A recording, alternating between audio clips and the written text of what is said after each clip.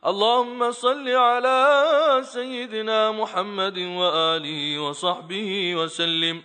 السلام عليكم ورحمة الله وبركاته. بسم الله الرحمن الرحيم، والصلاة والسلام على سيد الأنبياء والمرسلين, نبينا Muhammadin wa ala alihi wa sahbihi ajma'in. Cuando pensamos por qué los musulmanes se empeñan en preservar la mayor cantidad de información relativa al profeta Muhammad, las respuestas que vienen a la mente son múltiples.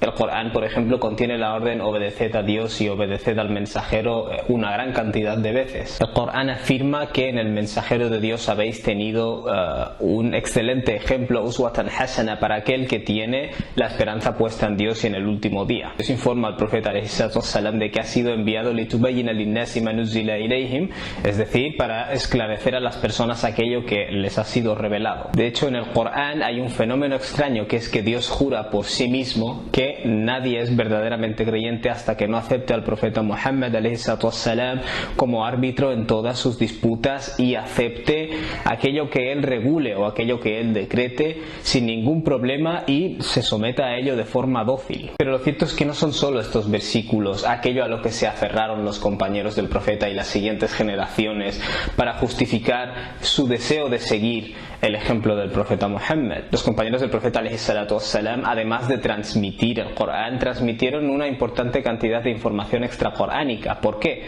En el Corán te vas a encontrar referencias a eventos, lugares y personas que realmente necesitas de información externa al Corán para entender. Y esto es lo que forzó a la primera generación a explicar y no solo transmitir fonéticamente los versículos del Corán. Por ejemplo, nos encontramos que el Corán dice Abasa wa tawalla an ja'ahu al-a'ma. Frunció el ceño y dio la espalda cuando le llegó el ciego. ¿Quién frunció el ceño? ¿Quién es el ciego? ¿De qué se nos está hablando aquí? De hecho, el Corán condena a personas específicas por nombre. Por ejemplo, dice Tabbat yada abi lahabin wa tab. Perezcan las manos de Abu Lahab y él está perecido o está destruido. ¿Qué significa esto? Y luego hace una referencia a su esposa, la que acarrea la leña. ¿Qué significa esto? ¿Quién es esta persona? ¿Quién es Abu Lahab?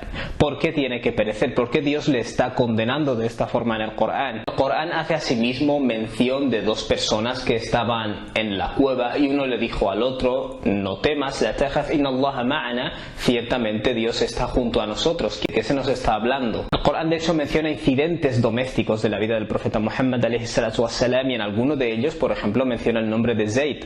¿Quién es Zayd? ¿A qué se debe este incidente? El Corán, por ejemplo, condena a las personas que utilizan un tipo de divorcio que se llama izhar.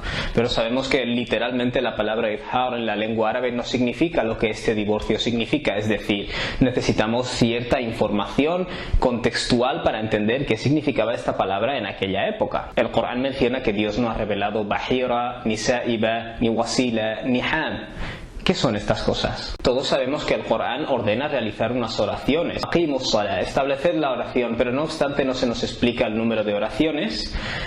Y aunque hay una posible reconstrucción de los momentos en los cuales hay que rezar a partir de diferentes pasajes, reconstrucción que hacemos cuando ya sabemos cuáles son las 5 oraciones diarias. De hecho, el Corán no nos explica el número de ciclos de inclinación o de raka'at, mucho menos nos explica las frases que tenemos que decir a lo largo de la oración. Entonces el Corán claramente asume que hay una serie de cosas externas al Corán que ya vas a saber o que ya sabes, o vas a obtener información acerca de ellas fuera del Corán.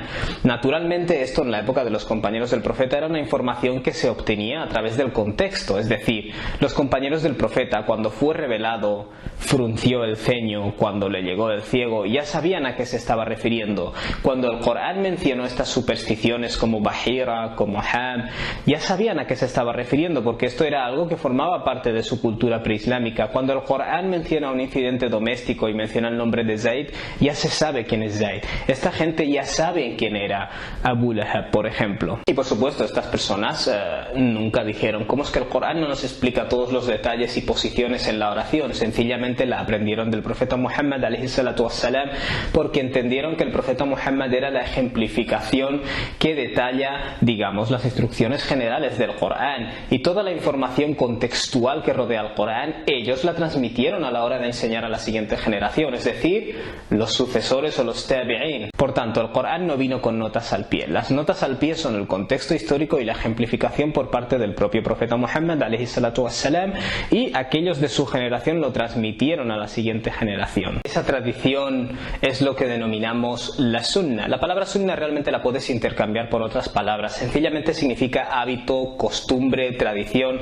y se refiere a los hábitos, las costumbres, las tradiciones del profeta Muhammad alayhi salatu wassalam. Entonces, para saber qué es lo que dice el Islam acerca de algo, qué dice el Islam sobre una cuestión X, no solamente tienes que consultar el Corán, tienes que consultar toda la tradición profética que rodea al Corán, la información contextual que rodea al Corán, porque tú puedes coger un versículo del Corán y decir, ves, el Corán dice X para tal situación, y realmente cuando estudias el contexto histórico de revelación te das cuenta de que no, eso es para una situación diferente, que conoces gracias al contexto histórico de revelación. Esta sunna o tradición nos ha llegado a través de múltiples vías.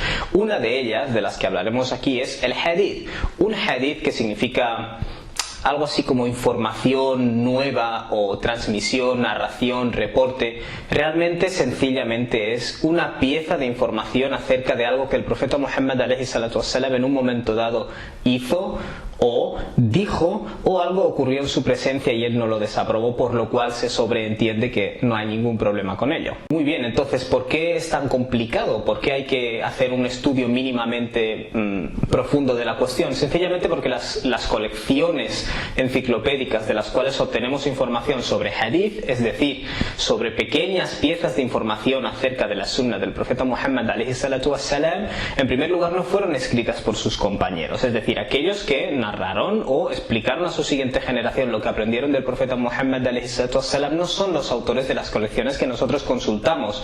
Esa información, ¿cómo llegó a estas colecciones? Además de eso, las diferentes piezas de información o textos de hadith tienen diferentes grados de fiabilidad histórica. No todos han sido transmitidos por el mismo número de personas, ni todos han sido transmitidos a través de una vía igualmente fiable desde una perspectiva histórica. Los compañeros del profeta Muhammad alayhi salatu wassalam enseñaron a la siguiente generación, ¿no? Es decir, los tabi'in o los sucesores de los compañeros del profeta. Durante las primeras décadas de la historia del Islam, después de la muerte del profeta Muhammad alayhi salatu wassalam, hubieron determinados conflictos internos entre los musulmanes, ¿no? Es lo que denominamos los fitna, los conflictos civiles. Como es bien sabido, en estos conflictos hubo diferentes grupos de personas que trataron de justificar sus puntos de vista atribuyéndoselos al profeta. Tenemos que tener en cuenta que muchas de las personas que entraron al Islam en esta época no eran personas tan sinceras como los compañeros del profeta, eran gente que se habían unido, digamos, al partido ganador en esa época, ¿no? O al grupo ganador, ¿no? Que eran los musulmanes. Esto, por supuesto, fortificó la idea de que hace falta una autoridad o isnad,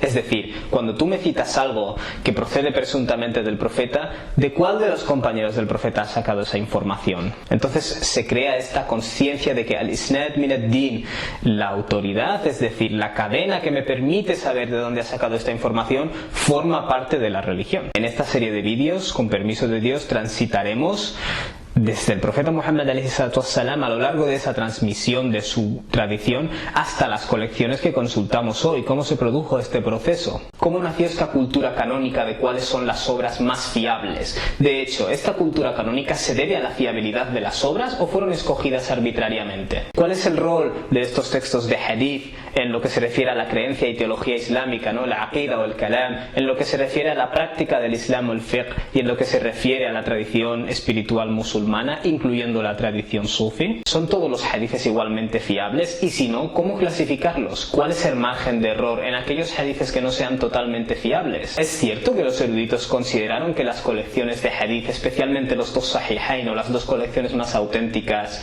realmente eran infalibles y no había nada que cuestionar en ellas? ¿Cómo impactó el estudio por parte de académicos occidentales u orientalistas sobre el estudio de las fuentes del Islam? ¿Qué respuestas hubo por parte de los musulmanes? Y esto es muy importante para entender las posturas de muchos musulmanes hoy en relación a la literatura del hadith, incluyendo probablemente muchos de los que estéis viendo este vídeo, que van desde la aceptación ciega, literal, de absolutamente cada palabra que haya sido transmitida dentro de un hadith que haya sido valorado como auténtico en el pasado, hasta el rechazo también ciego y generalizado de toda la literatura del hadith. Así que os animo a seguir conmigo a lo largo de esta serie de vídeos, a estudiar la historia para entender entender toda esta tradición tan compleja y este proceso, y quizás a salir de la burbuja si Dios quiere. Subhanakallahumma wa bihamdika ashhadu an la ilaha illa ant astaghfiruka wa atubu ilaik.